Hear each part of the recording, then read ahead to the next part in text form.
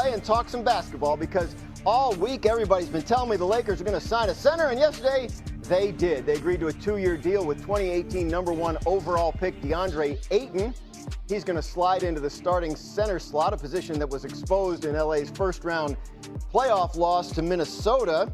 And the odds makers, not overly impressed. The Lakers were 10-1 to win the West before Ayton signed, and today they have moved all the way up to 9-1, still behind Oklahoma City, Houston, and Denver. So, again, all week, last week, the week before, the Lakers are going to sign a center. The Lakers are going to sign a center.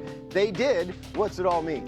I mean, what it means is that the Lakers got a talented big man, Dan, that can give them some depth inside, gives them a starter, a guy who's going to be a productive player. But the question is he going to be an impact player? And that very much is an open question. DeAndre Ayton helped the Phoenix Suns get to the finals in 2021, but he has been a guy that's typically been more of a potential player than a reality player in terms of driving winning. It's why he just got bought out of the max contract he was on, and it's why there's a lot of indifference about him signing with the Lakers. However, with Luka Doncic and LeBron James, this is a chance for him to reset the narrative about his career.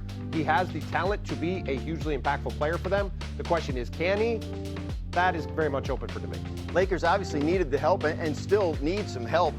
We've been talking all week about LeBron James' situation in LA. He opts into his contract, the final year of his contract on Sunday, and then a minute later we get a statement from his agent indicating that he wants to see what's going on in free agency and what the team looks like before he knows if this is the best place for him long term. So what does the Ayton deal mean about the LeBron situation? It means that they're going to now assess whether or not this roster, which is the words of Rich Paul, is championship caliber. They needed a center. They had to get one. They almost didn't even get Ayton, because if Miles Turner doesn't go to the Bucks, Ayton might end up going to the Bucks. So there's a lot of dominoes that had to fall here. But I think it's still an assessment period, though, for Rich Paul and LeBron James to look at this Laker roster where it is right now with Jake LaRavia and the addition of DeAndre Ayton and say, is this a team that in the West they can compete for a championship? Because that was their words. Yeah. To compete, or Rich Paul's words, to compete for a championship. I don't know if the Laker roster is there. Bobby Marks, what do you think LeBron and Rich Paul are after in all this, and how do you size up the way the week has gone and what effect that'll have on ultimately what happens with LeBron? Well, what's interesting is, Dan, when you put that odds up, you would have thought, based off Rich Paul's statement, that the Lakers would have been 10th on that list as far as teams to win in the Western Conference here. They're still 4th, right? That's a team that finished 3rd in the Western Conference last year. And although they lost in that game, a lot of us had projected them to go pretty far in the playoffs here. So this is still a pretty good Lakers team, and they add one of the better centers on the market. If DeAndre Ayton was a free agent before the buyout, he would have been probably the second best center in free agency behind Miles Turner. So it's an upgrade. We've been talking about getting them a center. I think now the big thing is now what's going to be the next move for this Lakers team, because that depth in that backcourt is awfully thin. Yeah, Tim McMahon, when you look at next moves, the Lakers, there's a lot going on with the Lakers right now. Some of it has to do with putting together the best possible team for this year, and some of it is bigger picture. When you're looking at the Lakers and the way they're operating right now, what stands out to you? I mean, the priority is the bigger picture, and the bigger picture is Luka Doncic. He's eligible to sign an extension next month. How does he feel about this? How does LeBron feel? That's not the priority. It's a potential headache, but it's not the Lakers' priority. It's about Luka. It's about trying to instill confidence in him that they can build a contender here, that there is a bright future in LA, and DeAndre Ayton may or may not be part of that. To this point in DeAndre Ayton's career, he's been a talented doofus, right? There's a reason this former number 1 overall pick, who's an immensely talented, athletic, chiseled 7-footer, has been dumped by 2 franchises. Now, this is a golden opportunity for him to come in and prove he's willing to do the dirty work. He's willing to do the kind of things necessary to thrive with Luka Doncic. But again, it gets back to Luka Doncic is the center of the Lakers universe and the priority moving forward. Well, you always see talented doofuses go to L.A. and just lock in. You always see that.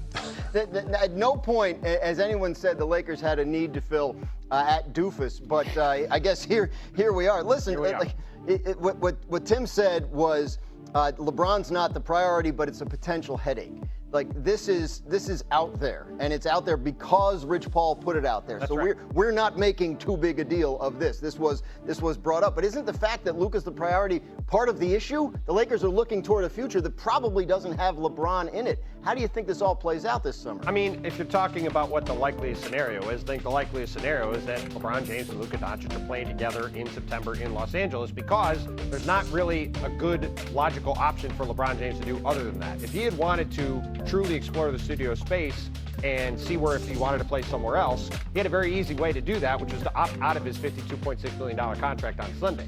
The fact that he did not do that, that he opted in, that he took the money, means that he's stuck in a situation now, or I shouldn't even say stuck, he's in a situation now where he's under contract, he has a no-trade clause, it's very difficult to trade him, and that, to me, leads to all signs pointing towards him and Luka remaining partners on a team that could still be very good. Sounds simple, but as we know, it isn't always as simple as it sounds. We're going to have more on this as we move along, but we're going to come back to the East Coast now, because a month after the stunning firing of Coach Tom Thibodeau, the Knicks appear ready to hire his replacement.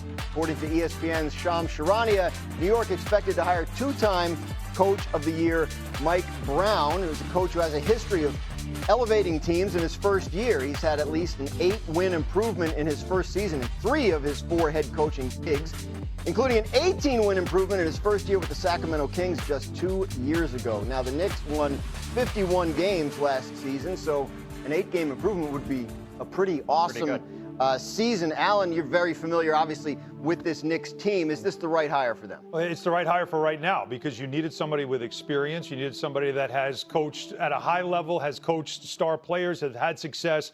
He has a resume. All those things are very important for the Knicks right now, because what he walks into is the expectations of not just having a good season. The expectation is, especially when you look at the landscape of the East and how things have changed since the Knicks were eliminated from the Eastern Conference Finals, is that it's no longer about, hey, just do the same thing they've done, which is back-to-back 50-win seasons, reach the Eastern Conference Finals. Now it's more. Now, to me, the expectation is the NBA Finals. And can Mike Brown deliver? Of all the coaches that they talked to, he was the guy with the resume and experience to do that. Right, that's right. The expectation is the NBA Finals, and his expectation is NBA Finals right away. Yes. Bobby, is this, I mean, the pressure on this new coach that the Knicks have hired to deliver a championship in short order, what do you make of the hire? Well, I like the hire, and I hope Knicks fans look at the whole body of work of Mike Brown and not how it ended in Sacramento there. As far as a guy who won Coach of the Year with the Kings, won Coach of the Year with Cleveland, was on that Golden State staff that won multiple championships here, and he is certainly established here. It is a rarity where you walk into a situation where it's a win-now team that has championship goals. Usually that's not the case here. And where you look at this Knicks team, they are probably one of the favorites in the Eastern Conference.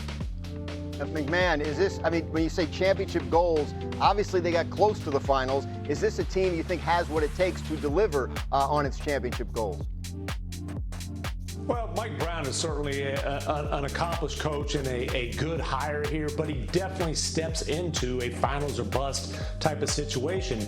That's the expectation of the ownership, of the front office. It's finals or bust for them. A conference finals appearance for Tom Thibodeau was not good enough for him to keep his job. So it's a deal where there's talent. It's a wide open Eastern Conference due to the misfortune of some of the other franchises, primarily the Boston Celtics, the Indiana Pacers, and he has a chance here. There's also a ton of pressure, but Mike Brown is not a guy who's going to be swayed by that. He's coached LeBron in Cleveland where the spotlight was bright. He's coached in LA. He's going to be confident in his own skin.